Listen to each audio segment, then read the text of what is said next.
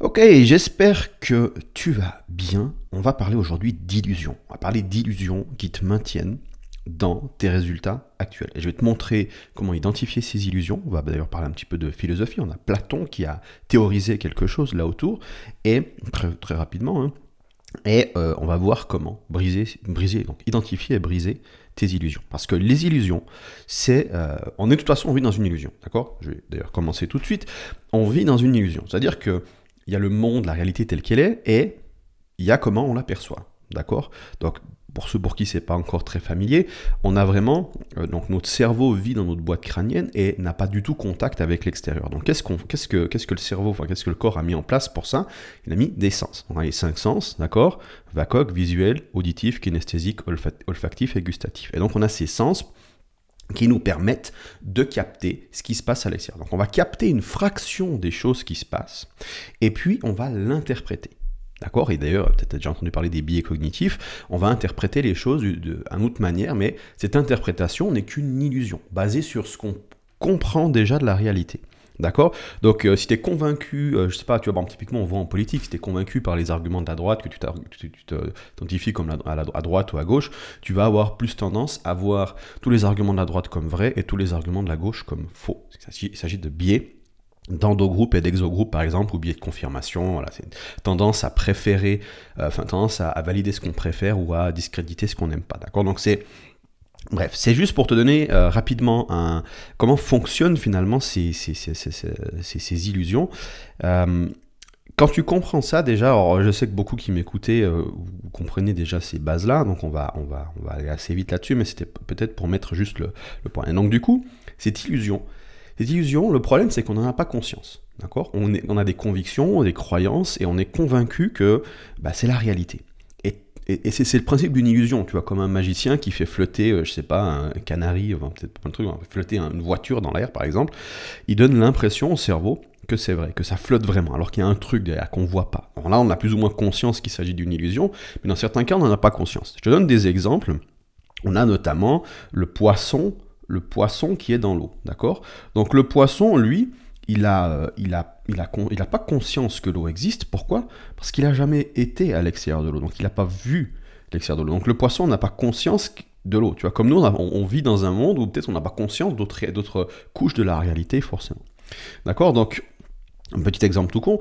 Un exemple plus concret, il y aurait le salarié versus entrepreneur, d'accord? Donc la plupart des salariés ne sont pas conscients qu'ils pourraient monter leur entreprise, donc ils ne vont pas essayer, d'accord?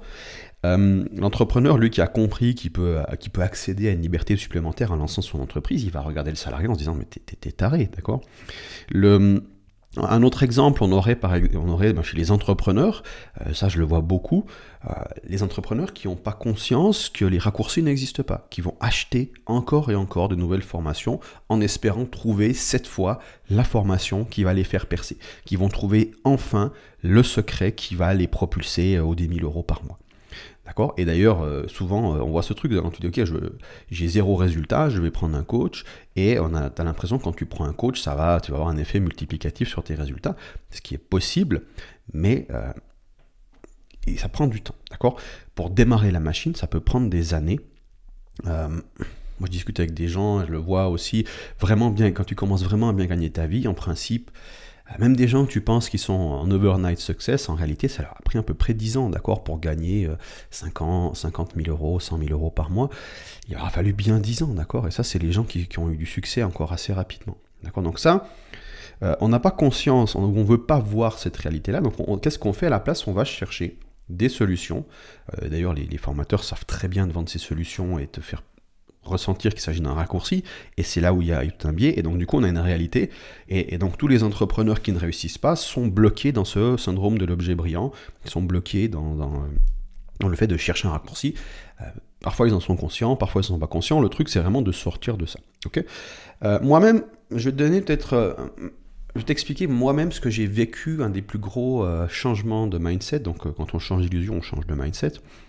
Un des plus gros changements d'illusion, des illusions les plus grosses que j'ai brisées. Parce qu'il faut comprendre un truc, c'est que l'illusion, donc tu vois, toi tu es là, et il y a cette petite bulle, donc tu vois le monde à travers cette bulle-là, et tu interprètes tout à travers cette bulle-là, donc c'est ton illusion, donc c'est ta prison, d'accord? Parce que cette illusion, elle te maintient dans des résultats dans lesquels tu es. C'est-à-dire que si par exemple, tu n'as pas conscience que tu peux lancer ton business, tu pourras pas devenir riche, par exemple, d'accord, en tant que salarié, à moins d'avoir vraiment un boulot salarié, vraiment, je sais pas, t'es chirurgien, mais après même, le chirurgien, avec l'argent qu'il gagne, il va faire des placements, etc. Donc vraiment, t'es limité simplement parce que tu penses que tu peux pas lancer ta société, et donc forcément, tu limites tes résultats, d'accord? La même chose avec les raccourcis, si tu penses que les raccourcis existent, tu limites tes résultats. Et donc, c'est seulement en brisant une illusion que tu passes à l'étape suivante. Moi, il y a une illusion que j'ai brisée, qui est l'illusion du développement personnel. Je te raconte l'histoire, moi j'ai commencé le développement personnel, alors je me rappelle pas très bien des dates, mais ça doit être autour de 2003, j'avais 16 ans et quelques, je me rappelle, j'étais encore en apprentissage, et j'ai découvert le monde du développement personnel, notamment avec Tony Robbins, et j'étais là, wow, c'est énorme, toutes les grandes, les belles promesses, donc tu voyais quelqu'un qui avait extrêmement bien réussi, d'apparence très sympathique, et sur le ton de l'entraide, et je te dis, waouh, si lui il a réussi à faire ça, et qu'il te dit que c'est ça qu'il faut faire, c'est que c'est forcément ça qui va marcher. Et on a cette illusion-là, tu vois, et du coup, il y a plein de choses en développement personnel, PNL, loi d'attraction, après des trucs plus ou moins concrets, abstraits, mais il y a plein de choses, et on peut, voilà, tu sais, il y a de la visualisation, il y a voilà, tous ces outils qui permettent de reprogrammer le cerveau, et qui permettent de transcender ou je sais pas quoi. Et en réalité, ce qu'il faut comprendre, c'est que n'importe qui peut écrire un livre de développement personnel, d'accord ? Et ce qu'il faut aussi comprendre, c'est que n'importe qui a réussi à attirer l'attention, eh bien, ça ne veut pas dire qu'il est expert. D'accord ? Il y a des gens qui sont de gros experts, qui n'ont pas du tout l'attention sur eux, mais qui sauront bien mieux te donner des outils qui fonctionnent. D'accord ? Donc, donc, il y a cette illusion moi, qui est tombée, c'est-à-dire que j'étais vraiment fan de dev perso, tu sais, je le disais à tout le monde, voilà, il faut que tu testes ça, machin et tout. Quand moi-même, je n'avais pas de résultat, pas du tout.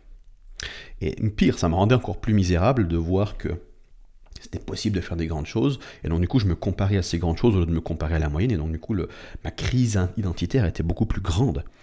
Donc je me crée une nouvelle illusion qui me rendait misérable en fait, et c'est souvent le cas du développement personnel, c'est que ça te fait croire que tu peux faire des grandes choses, et en même temps comme les techniques elles marchent pas, et que souvent, la plupart du temps on les applique même pas, d'accord, tu restes bloqué. Et tu regardes ces gens qui le font et pas toi, et tu te sens... C'est un peu l'effet Instagram, d'accord, tu vois des gens qui ont apparemment une vie extraordinaire, alors qu'en réalité, c'est juste le 1% de ceux qui ont déjà une vie différente, d'accord, et qui te montrent juste le 1% du meilleur de cette vie, d'accord. Donc du coup, tu te compares à ça, et toi, tu te dis, putain, il n'y a rien à voir avec ça. Donc, bref. Et donc du coup, j'ai eu cette prise de conscience qu'un jour, je suis tombé sur un site scientifique qui avait décidé de tester toutes les grandes découvertes en développement personnel, voir ce qui marchait ou pas. Ils ont pratiqué avec le plus de rigueur scientifique possible, et ils ont montré toutes les données, toutes les études qu'ils ont fait. Et ils sont arrivés à la conclusion que c'est que du vent. Voilà, c'est vraiment que du vent. Et j'ai vu ça, et sur le moment, vraiment, ça m'a frappé. Pour moi, ça m'a marqué. Et voilà, il n'y avait plus de retour en arrière. J'ai cassé l'illusion du développement personnel en me disant, ok, c'est vrai que j'ai pas de résultat. Ce qu'il raconte là, ça matchait avec moi à ce moment-là, donc il y a vraiment eu tu sais, t'es devant un fait accompli que tu peux plus réfuter, parce que l'illusion, en fait, si tu veux, dès qu'il y a une vérité qui t'arrive dessus, tu vas essayer de la discréditer. Donc ça, c'est le biais de confirmation. Oh non, mais ça, c'est pas vrai. Regarde, celui qui a déjà essayé de discuter avec un complotiste comprend très bien ce mécanisme. Il est convaincu que le gouvernement veut du mal, et que tout ce qui est mauvais qui lui arrive dans la vie ou qu'il entend, c'est parce qu'il y a des plans machiavéliques derrière. Et donc du coup, si tu essaies de lui expliquer qu'il y a une étude scientifique qui démontre que c'est pas vrai, il va lui dire non mais ça a été corrompu par les machins, les élites et tout. Et donc du coup, forcément, il discrédite même si l'information elle peut être intéressante. Voilà. Donc et la même chose, si tu es anticomplotiste, tu vas tout discréditer, et pour l'anticomplotiste, va jamais voir de corruption, tu vois, alors qu'en réalité, la vérité est un peu entre deux. La corruption, c'est évident que ça existe, enfin je veux dire, il y a déjà un métier qui s'appelle lobbyiste, d'accord, donc le métier existe, le principe c'est quoi, c'est d'envoyer ton lobbyiste, parce que c'est une grande entreprise pharmaceutique, agroalimentaire, chez les politiciens, pour les corrompre, de manière à ce qu'ils fassent passer des lois pour que ça te maintienne dans un avantage compétitif. Donc bon, ça on le sait, voilà, d'accord, mais sans parler de méchants de James Bond qui sont en train de comploter. Je pense vraiment plutôt que la corruption, bref. C'est pas le sujet, mais pour te dire, on est dans une illusion, et on croit certaines choses, et donc du coup, quand quelque chose qui vient discréditer ce que tu penses, tape sur ta bulle d'illusion, tu vas l'interpréter d'une manière à ce qu'elle ne détruise pas l'illusion, qu'elle maintienne cette illusion-là. D'accord? Parce que c'est comme le poisson dans l'eau, si on lui explique que le monde de l'eau, c'est juste une partie du globe terrestre et qu'il y a un autre vie à l'extérieur, le poisson, peut-être qu'il ne voudra pas en entendre parler. D'accord? Donc on est vraiment dans cette logique. D'accord? Donc, il y a notamment Platon qui nous parle, donc la cave de Platon. Donc là, je zoome un peu. Donc, comment ça se passe? Donc, on a ici des esclaves qui sont enchaînés et qui observent le monde, qui observent le monde sur une peinture. D'accord? Donc, ils voient des ombres de chevaux, etc. Et eux, ils pensent que ça, c'est la réalité. D'accord? Derrière, on a d'autres personnes qui manipulent ces illusions-là. Donc on pourrait dire, tu vois, ça peut être les politiciens, ça peut être des influenceurs, ça peut être beaucoup dans les médias, ça va être... Voilà, c'est une image, c'est pas forcément des gens, c'est simplement tes croyances qui vont te faire croire que ça c'est la réalité, alors que ça ne l'est pas. Et on a un esclave ici qui s'échappe, d'accord, et donc il se défait de ses chaînes et qui arrive au soleil et qui se rend compte que ce qu'il voyait c'était qu'une illusion et que derrière il y a tout un monde, il y a toute une réalité. Et cette nouvelle réalité va l'aveugler, si toi tes pupilles s'adaptent au soleil, et donc du coup quand il revient dans la cave pour expliquer à ses compatriotes que tout ce qu'il voit là c'est des illusions, ils n'arrivent plus à voir dans le noir, en fait, ils sont aveuglés, ils sont à cause de l'aveuglement du soleil. Ce qui fait que les autres ont peur, ils veulent pas. Non, regarde, ça t'a abîmé de sortir, machin, etc. Et donc du coup, ils veulent pas. Et donc cette allégorie, elle représente parfaitement la prise de conscience d'une vérité et l'impossibilité de montrer cette vérité aux autres. Parce que essayer de faire sortir les autres, ça va leur faire peur de voir ça. Ils préfèrent rester dans leur illusion. Et c'est parce que ça les conforte, cette illusion-là. Même s'ils sont malheureux parce qu'ils sont enchaînés, ils sont confortables, ils connaissent, d'accord? Ils connaissent ce monde-là et ils ont peur d'aller dans ce monde-là, d'accord? Donc, ça c'est l'allégorie de la caverne, la cave de Platon, qui nous explique clairement ces différences, cette bulle d'illusion. Donc après, ce qu'il faut comprendre, c'est que... Alors là, ça c'est une prise de conscience, mais en réalité... Comment ça se passe? C'est que tu es dans une bulle de conscience, d'accord, dans une illusion, et tu échappes cette bulle pour arriver à une nouvelle illusion, une nouvelle illusion, une nouvelle illusion. Donc en réalité, il y a des niveaux, d'accord? Ok? C'est comme des poupées russes. D'accord? Einstein disait « Aucun problème ne peut être résolu sans changer le niveau de conscience qu'il a engendré ». Donc c'est exactement ça, c'est de réussir à passer à des niveaux de conscience supérieurs. Par exemple, si tu es dans ta bulle, genre je peux gagner ma vie seulement en étant salarié, et un jour tu te rends compte que non, tu peux être entrepreneur. Donc du coup, qu'est-ce qui se passe? Donc tu arrives à un niveau supérieur et tu as une vue d'ensemble, donc là tu as salariat et là tu as entrepreneuriat. Ce qui fait que tu vas avoir des nouvelles options à chaud. Une nouvelle réalité amène des nouvelles options.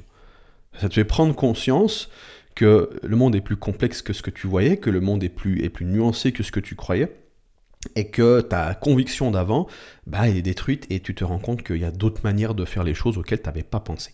Donc on cherche vraiment à s'extraire de notre illusion. Et il faut toujours partir du principe qu'on est dans une nouvelle illusion. On ne sera jamais sorti. Tu vas mourir dans une illusion. Je vais mourir dans une illusion. Tout le monde va mourir dans une illusion parce que le monde est beaucoup trop complexe pour être appréhendé. Je veux dire, si ça c'est toutes les connaissances du monde, on a l'impression d'être là, nous. Alors qu'en réalité, on n'est même pas là. D'accord? Et c'est ça, en fait, le truc. C'est qu'ici, c'est tout ce qu'on ne sait pas, ça. D'accord? Et donc, ça demande une humilité de comprendre ça, de comprendre qu'on ne sait pas ça. D'accord? C'est souvent, je veux dire, tu sais, je le vois, hein, tu vas quand tu lis en commentaire sous des vidéos d'autres formateurs qui tu vois, peut-être d'ailleurs sous cette vidéo-là, il y en a qui vont dire non, c'est pas vrai, parce que nanana, blablabla. Et ils vont arriver avec une conviction. Et en fait, cette conviction te maintient dans cette illusion. Et tu sais, t'as peut-être déjà vu, enfin moi, ça m'arrive régulièrement quand t'as des gens qui m'envoient un mail pour m'expliquer pourquoi la manière dont je fais du business va pas fonctionner, tu vois. Alors que la personne n'a jamais gagné un seul euro sur Internet. Donc, on est justement dans une bulle de résultats, dans une bulle d'illusion, et on n'en a pas conscience. Et tant que tu n'as pas pris conscience de cette bulle, de cette illusion, tu ne peux pas la briser. Et si tu ne peux pas la briser, tu ne peux pas passer au nouveau niveau de résultat. D'accord? C'est ça qui est génial, c'est que dès que tu comprends ça, tu te dis, ok, elle est où mon illusion? Et tu deviens un rechercheur actif de cette bulle dans laquelle tu es, parce que tu veux la transcender. Et donc du coup, ce que tu cherches, et c'est là où je vais en venir dans comment on brise l'illusion, tu vas chercher, premièrement, tu vas venir chercher l'illusionniste, d'accord? Donc l'illusionniste, c'est qui c'est qui met en place, d'accord? Ça peut être une manière de faire, hein. Il y a plusieurs manières, je ne vais pas les numéroter parce que c'est pas forcément linéaire. Donc on a l'illusionniste et son intuition et son intention. Voilà, par exemple, si je lis un livre de Tony Robbins, donc Tony Robbins c'est l'illusionniste, quelle est son intention derrière son bouquin? D'accord? Celui qui répond aider sincèrement son prochain sans rien attendre en retour, ben, il est naïf. Okay? Il y a une intention marketing. Alors, je dis pas qu'il n'est pas une bonne personne ou quoi que ce soit, je dis juste que l'intention, je veux dire, si Tony Robbins il doit écrire un livre qui lui fait gagner plus d'argent versus un livre qui aide les gens, s'il doit choisir entre les deux, il va choisir l'argent. D'accord? Et c'est pour ça que on arrive d'ailleurs, qu'est-ce qui marche en marketing? On a, moi, ce que j'appelle l'échelle de propagande, j'en ai déjà parlé l'autre jour. Donc on a d'un côté l'utilité et on a d'autre côté le sensationnel. D'accord? Et le sensationnel, c'est du noir ou blanc, alors que l'utilitaire, c'est nuancé. La vérité est nuancée. D'accord? Donc, quand tu écris un bouquin avec une technique qui te permet de changer ta vie, c'est noir ou blanc. Genre, tu appliques la technique, ta vie, elle change. Alors qu'en réalité, ça marchera pour certaines personnes, ça marchera pas pour d'autres personnes, ça marche dans X% des cas sur tel type de problématique et pas sur tel type de problématique, etc. Donc, ça devient tout de suite beaucoup plus nuancé. D'accord? Et si tu écoutes la science, tu vas dire, voilà, la science, on a un facteur de 0,7, c'est-à-dire que dans 70% des cas, on arrive à reproduire l'expérience, voilà, où il y a une corrélation, un facteur, etc. Donc du coup, c'est pas ça qui va vendre. Tu vois, ce qui va vendre, c'est la technique qui change tout. Le truc qui fait que les concurrents, eux, ben, ils se trompent parce qu'ils n'ont pas vu ça et que la réalité, c'est ça. Alors qu'en vrai, c'est beaucoup plus subtil que ça. D'accord? Ok, donc ça c'est l'illusionniste. Donc tu cherches l'illusionniste et son intention. Déjà, ça te permet de voir quelle est l'illusion. Enfin, un illusionniste cherche à créer une illusion. D'accord? Donc c'est comme le magicien. Tu dis, ok, ça c'est un magicien. Je veux dire, si tu comprends pas que ce mec c'est un magicien, tu vas croire que c'est un sorcier. Tu vois ce que je veux dire? C'est-à-dire que tu dis que s'il fait flotter une voiture, c'est qu'il a des pouvoirs magiques. Mais quand tu comprends que c'est qu'un illusionniste, tu comprends qu'il y a un truc derrière. Et donc tu te fais plus autant avoir. Donc ça, c'est la première habitude à mettre en place. La deuxième chose pour briser une illusion, ça va être de chercher les contradictions. Ça, c'est sûrement le plus important. Contradiction. C'est-à-dire, quand on apprend quelque chose, on a l'impression, tu vas dire, ok, je sais ça, je veux apprendre ça, puis du coup, je veux empiler des briques de connaissances pour en savoir de plus en plus. Alors qu'en réalité, la bonne manière de procéder, ça va être non pas d'empiler des briques, mais d'identifier les briques qui sont incorrectes. Ok, ça c'est faux. Et je ne sais plus qui disait, je crois que c'est Mark Twain qui disait, le problème c'est pas ce que tu ne sais pas, c'est ce dont tu es convaincu et qui est faux. Et donc on va chercher, quand tu apprends, dans cette vidéo, si tu as quelque chose avec lequel tu n'es pas d'accord avec ce que j'ai dit, on a naturellement ce réflexe, le cerveau, donc dans l'amygdale, on va avoir la fuite ou combat qui s'active. Si quelqu'un contredit quelque chose dans lequel tu crois profondément, tu auras envie de tout de suite lui répondre, ou ça va te fâcher. C'est parce que ça va activer en fait une réponse de menace, comme si c'était une menace physique. C'est la même zone qui s'active. Et donc du coup, on va chercher un moyen de contredire la personne pour, comme je disais avant, pour protéger notre illusion. Et donc ce qu'on cherche à faire finalement, c'est quoi quand on apprend? On cherche qu'est-ce qui nous dérange, on cherche la douleur, on cherche apprendre à reconnaître quand ton système, dans ta réaction s'active, c'est là où se cache la possibilité de passer, de briser une illusion. D'accord? Il y a Ray Dalio qui donne d'ailleurs un super principe pour ça, c'est douleur. C'est un truc que j'utilise le plus, hein, douleur plus réflexion égale progression. D'accord? Donc douleur plus réflexion égale progression. Donc dès que tu sais, cette douleur, c'est ça, c'est... Il y a quelque chose qui me dérange, qui me titille, avec lequel je ne suis pas d'accord, et j'ai envie de contredire, et tu sens que c'est une réaction. Tu sais, genre, tu discutes avec quelqu'un, il te dit un truc, et d'un coup ça t'allume, tu sais, t'as envie de lui dire non, c'est pas vrai, parce que nanana, tu vois. T'es dans une douleur, t'es dans une réaction, et donc ça veut dire que t'es dans une protection de ton illusion. Parce que tu sais, quand tu crois que t'as raison, c'est là le danger en fait. Et tant que tu ne détruis pas ces briques qui sont fausses, tu vas continuer à empiler par-dessus et tant que tu restes dans ton illusion, tu peux accumuler toutes les tactiques, les méthodes que tu veux, ton illusion va toujours te limiter. D'accord? Je peux donner les meilleures tactiques à un salarié pour lancer sa société, il ne lancera pas sa société parce qu'il est convaincu que c'est pas possible. Sur le web, je veux dire, les formations qui marchent le mieux, c'est celles qui vendent du raccourci, donc c'est celles qui se vendent le mieux, mais c'est pas celles qui donnent le plus de résultats. Donc si tu veux vraiment des résultats, il faut arrêter d'acheter ce que tout le monde achète. Enfin, c'est logique. Tu vois. Donc, bref. Douleur plus réflexion égale progression. Ça, c'est ultra puissant. C'est émotionnellement difficile à faire parce que justement, tu sais, je veux dire, tu lis un bouquin.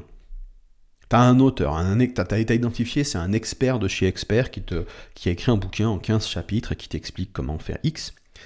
Et il va y avoir, tu vas dire, il y a ce chapitre qui m'intéresse et ce chapitre qui m'intéresse, mais là, tout ce qu'il raconte, ça ne m'intéresse pas.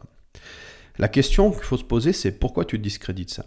Est-ce que c'est parce que c'est pas pertinent pour toi ou est-ce que parce que tu crois que c'est pas pertinent pour toi? Est-ce que c'est pas ton illusion qui te fait croire que c'est pas important? Ou est-ce que c'est ton illusion qui discrédite ça? D'accord? Si l'expert en parle, avant de discréditer le chapitre, en disant ça m'intéresse pas, c'est pourquoi il en parle? Parce que si justement, je sais pas s'il m'explique comment persuader ou vendre ou je sais pas, et qu'il me parle de ça que moi ça m'intéresse pas, pourquoi il a jugé pertinent lui de le mettre dans son livre? C'est lui l'expert, c'est pas moi, si je lis un livre. D'accord? Il est plus grand expert que moi, tu vois. Et donc, pourquoi il a parlé de ça? D'accord? Ça, c'est capital à comprendre. Donc, douleur plus réflexion égale progression. Troisième approche, ça va être l'exposition. Donc, notre cerveau apprend par mimétisme, il apprend en copiant nos pairs. Donc, la meilleure exposition que tu puisses avoir, c'est en te rapprochant de tes pairs, à des gens qui ont déjà eu les résultats. Donc, on est la somme des 5 personnes qu'on côtoie le plus. Tu connais probablement cette expression. Donc, fréquenter des gens qui sont dans une autre illusion. Dans une illusion qui apporte d'autres résultats. D'accord?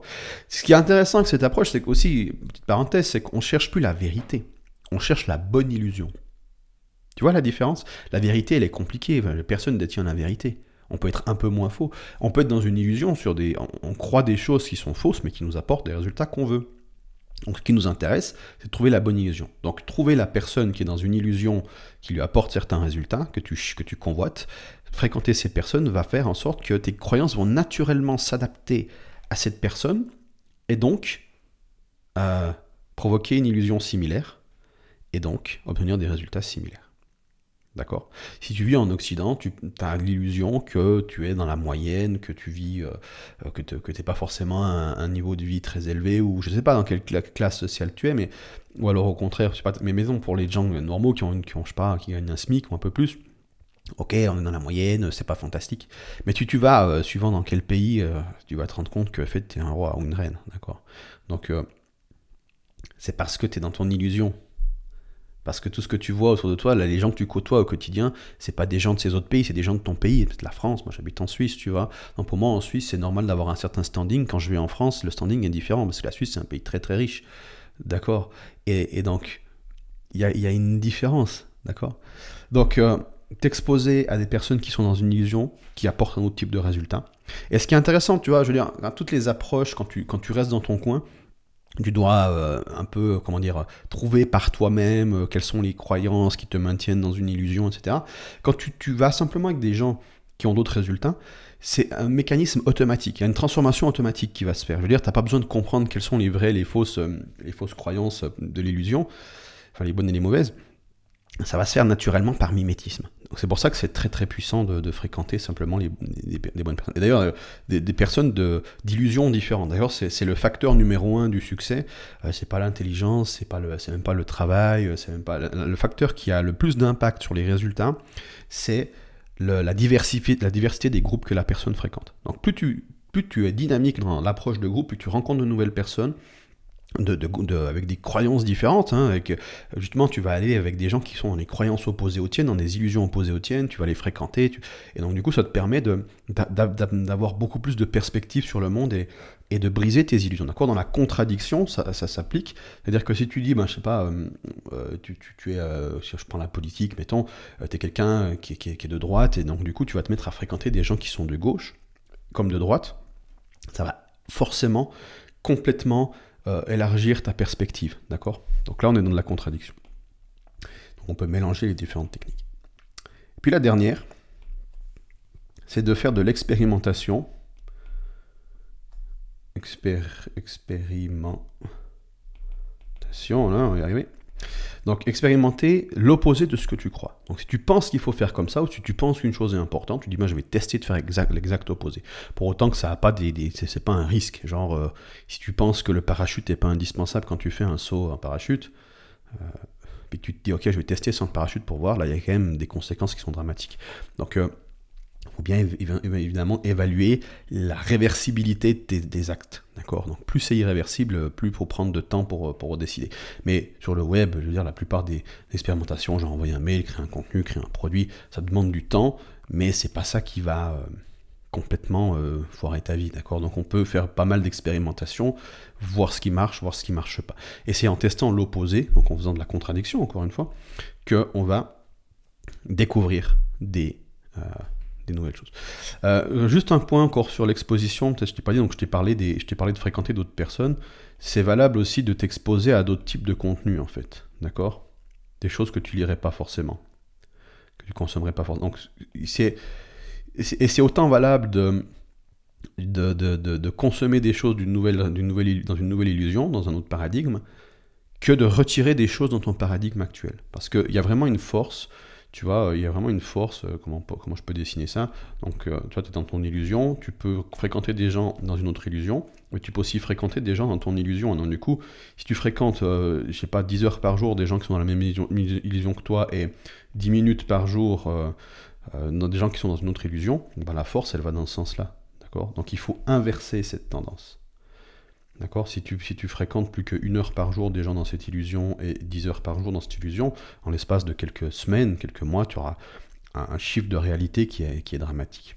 D'accord ? Donc ça veut dire que c'est valable pour les contenus que tu consommes. Ça veut dire que si tu passes 4 heures par jour sur les flux d'actualité des réseaux sociaux, donc en plus, tu es vraiment dans la moyenne de la moyenne, même du fond, donc tu vas créer une illusion autour de ce flux d'actualité, et donc du coup, tu vas vraiment conditionné à rester dans ton état d'esprit actuel, voire l'empirer, d'accord ?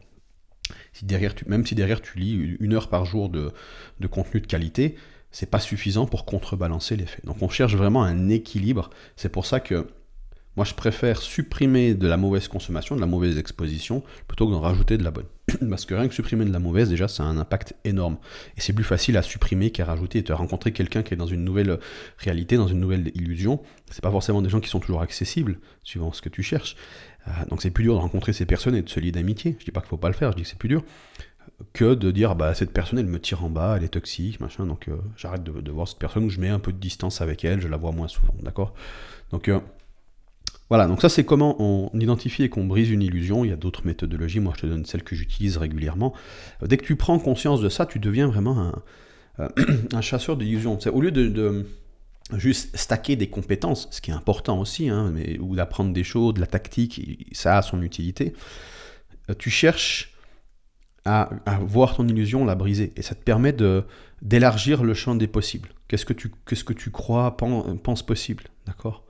Et ça change tout, en fait. Cette illusion dans laquelle tu es, dès que tu vois les choses différemment, tout ce que tu as appris, c'est comme, on pourrait dire skills fois illusion, en fait. Je dirais même fois illusion au carré, égale résultat, d'accord ? Donc, croire que c'est possible, voir les choses sous un nouvel angle, et puis derrière, bien sûr, développer les compétences, quoi. Donc, Voilà, ça c'est vraiment ultra important. C'est... ouais, je crois que je peux pas... C'est dans les meilleurs conseils que je puisse te donner, c'est de... Ça peut paraître un petit peu abstrait, mais j'espère que je t'ai donné suffisamment de techniques pour identifier tes illusions et vraiment en faire une pratique régulière. Tu peux faire du journaling derrière pour identifier tes illusions, mais vraiment concentre-toi surtout sur t'exposer aux bonnes personnes, chercher les contradictions. Donc apprendre vraiment à aller contre ses intuitions, en fait, finalement, parce que ton intuition est déterminée par ton illusion. C'est ça le truc, c'est quand tu dis fais du business, il faut suivre ton intuition, il faut l'écouter certes, mais il faut s'en méfier aussi, parce que si t'as pas de résultat, c'est ton intuition qui t'a amené à ça. D'accord ? Voilà, donc je te laisse là-dessus. Laisse si tu as des questions, tu peux me poser des questions en commentaire, je lirai les commentaires et j'y répondrai. Je te souhaite une magnifique journée et puis on se retrouve dans une prochaine vidéo. Salut.